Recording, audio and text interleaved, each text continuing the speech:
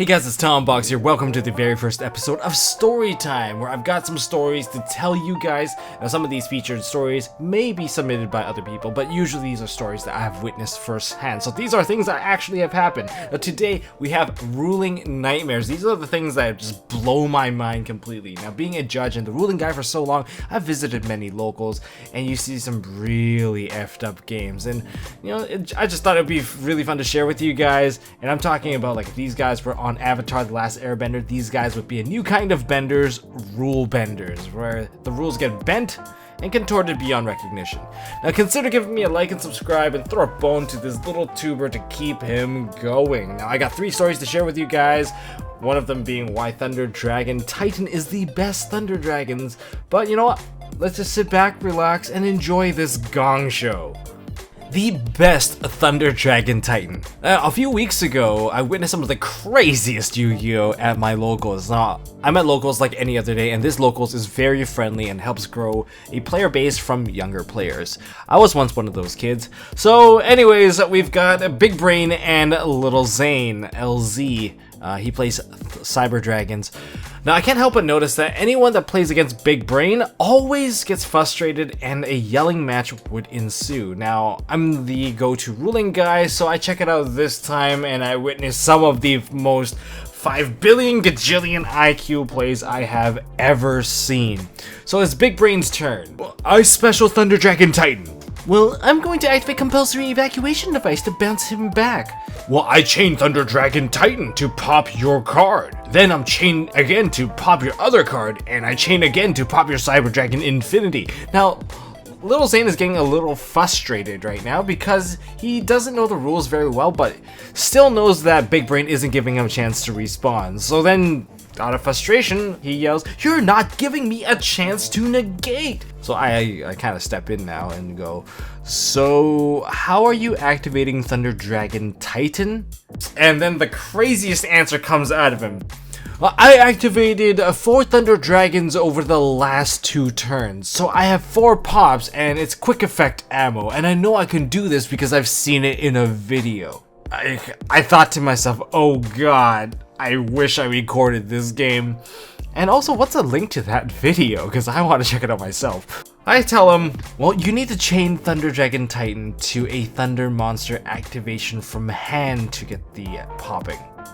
Well, Big Brain goes quiet, and then he just goes, well, I guess it's accepted game state. I guess I can't do it anymore. I mean, accepted game state? Are you serious? At this point, you're still trying to force it through, even though it is not an irreparable game state. So, unfortunately, time was called and LZ still lost in time. You know, time rules, am I right, guys? I told him not to do it anymore, and at local, since when I'm playing, I'm not a judge, I can't really penalize him for anything, but he seems to, like, straight up don't know the rules, and I felt like anyone that was competent with a table 500 deck should be able to beat him, Thunder Dragon or not. Well, that's, you know, that story, guys. Well, you know, since I activated 200 Thunder Dragon effects over my last week, I can't wait to summon my Thunder Dragon Titan to pop your entire deck. Hell, you know what? I have enough pops to destroy the entire locals. Yeah, can you imagine if, like, effects remembered how many days ago you activated something? You could just bring that. You know what? Might as well go to a YCS with loaded quick effect ammo. Am I right, guys? Spiritually protected. Now, last week at locals, we got Bones versus Dragon Kid. Bones is an older kid that has been known to cause a ruckus to Dragon Kid. It's happened in the past before, like many times. Now, Bones isn't very good at the game, but argues with absolute confidence so that newer players like Dragon Kid can't tell if his rules are right or not.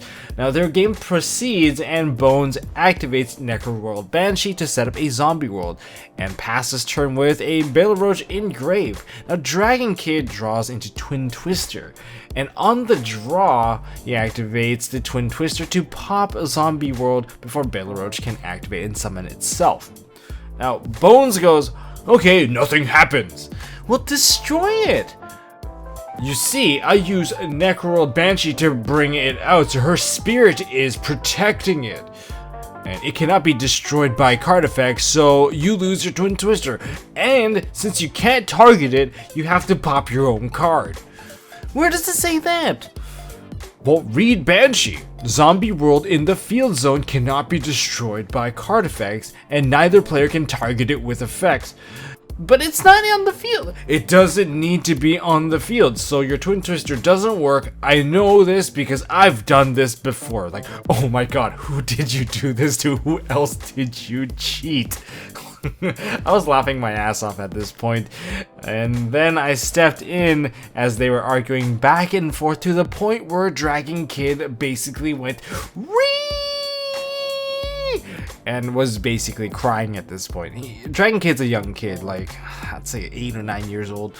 So the store manager and everyone else just stops. Me, I step in and go, "What's the problem?" Bones tells me, "Well, I keep telling him I use Banshee to bring out zombie worlds and he can't destroy it because the spirit is protecting it." I'm like, why can't he? Banshee isn't on the field to have its effect active. You do know how to play continuous effects, right? You don't need me to bring out this rule book and read it to you. Like, there was a rule book on the table from his zombie world structure deck. I believe that was like his first day playing the deck. But Bones goes quiet trying to find words to say. The best thing he came up with was, "Really?" I'm like, "Yes, that's the rules. Now continue playing." Now, on a side note, like, Dragon Kid's like screech actually broke another kid's hearing aid, and like Dragon Kid's dad was just letting him be. So I don't know, maybe do something about it, you know. Anyways, that's irrelevant to the story, but well, kind of relevant. After that, Dragon Kid basically just OTK's Bones, and the store manager asked him, Dragon Kid, and his dad to leave as they are causing discomfort to other players, mainly probably because of the kid's hearing aid getting busted. Now, Bones, on the other hand, goes, "Man, I don't even know what's wrong with that kid. It's like he doesn't even know how to play the game." Like, oh, wow, holy crap. Of course my effects are active. The spirit of my deck says so. Can you imagine if all effects had like a lingering effect? Like, I summon out Fossil Dyna, and for the rest of the game, you can't special summon. I'll be like, read the card, it says it right there. Neither player can special summon. It doesn't specify how long, so I guess it's forever. So it can carry over from last week at locals, just like my Thunder Dragon Titan with 200 pops. Can you... I mean, I can't even make this stuff up even if I wanted to. Man, there was some crazy stuff going on at locals.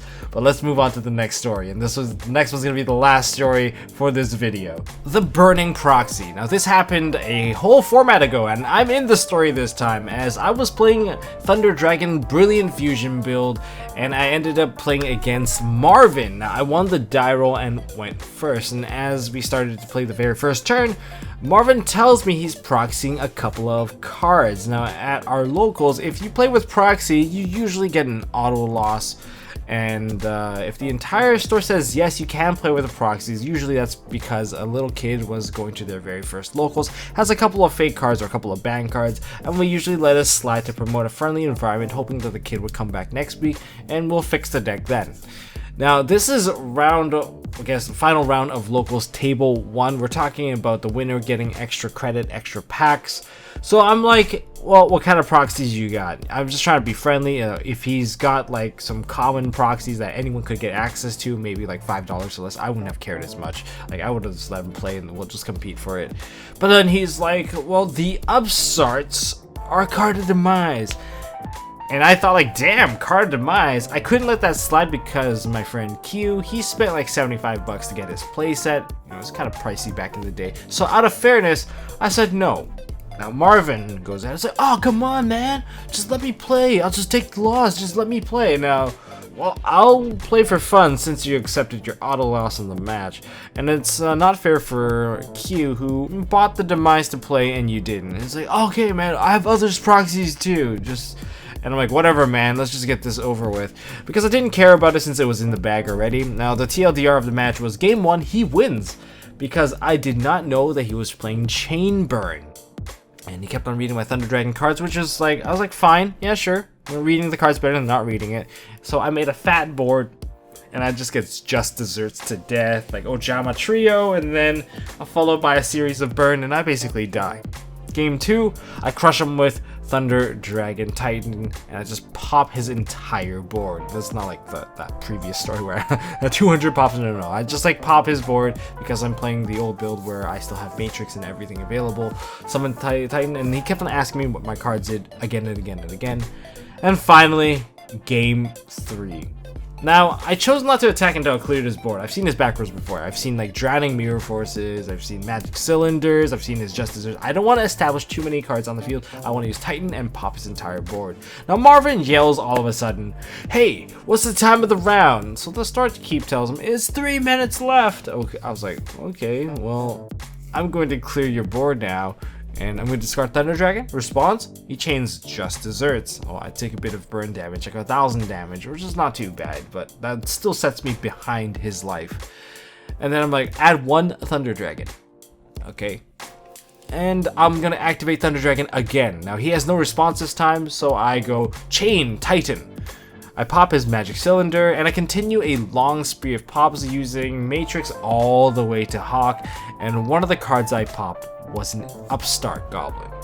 So Marvin goes, "Oh, this copy of Upstart is now waking the dragons, so effect, I'm going to summon out Ultimate Falcon." Now, I was like, whoa, hold on a second. Isn't your Upstart demise?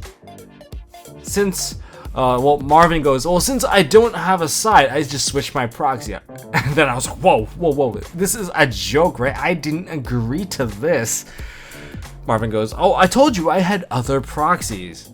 See, as this conversation was going, what I didn't realize was he was legitimately just wasting time. During the entire argument, he was just looking at the clock.